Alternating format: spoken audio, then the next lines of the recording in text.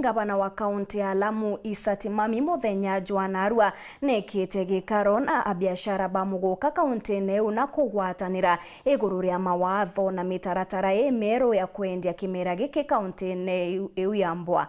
Kiri gikaro giki gavana atongeria bakendini na endia ba muguka ibagwatanirite ati muguka jokenderwa kendu kene na ati mathanduku ne janjira tau kabere na ati jotetekirwa kwenderwa kwina machukuru kana irombero.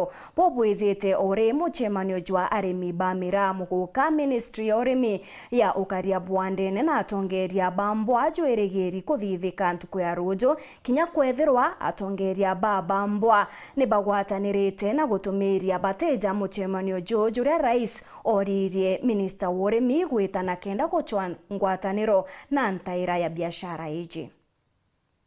Na hiyo kauli ya gavana kusema ya kwamba isiuziwe barabarani na isiuziwe watoto ya shule na nini na kadhalika ni mzuri, lakini kwa maoni yangu angefunga kabisa isikuje hapa Lamu, ndio mambo ya ulevi ipungue. Mmokoka ni bei rahisi. Sasa unaona watoto wakupatiwa hata pesa kidogo, anaenda kununua, badala kununua soda anaenda kununua mkoka, anakata kona. Mimi ningependelea angechukua msimamo kama ule wa gavana wa Mombasa na Taita Taveta na Kilifi. Apige marufuku kabisa mgoka, kwa sababu mgoka uko na maathari kubwa sana. Wengi watu hawalali, wanakuwa paka wenda wazimu, wengine pia nyumbani pia kazi zingine pia zinakuwa ni shida kwa mabibi zao. Kwa hivyo mimi naomba gavana angepiga marufuku kabisa hiyo mgoka isiingie kabisa. Juu pia watoto pia bado still wanakula hivyo na ni bei yake ni rahisi, ama angepandisha revenue ile yake kapandisha juu kama vile county ya Kwale walivyofanya.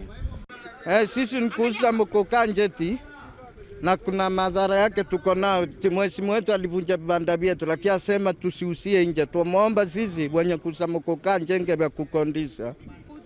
Kwenye vibanda ni sawa, bora yafunga mkoka, kwani sinda niko wapi. Lakini kama hapa njeti tuomba, kama mimi ndio msaji hapa njeti, tumwombea tuwekee vibanda kuusia mkoka, si hakuna nafasi iko.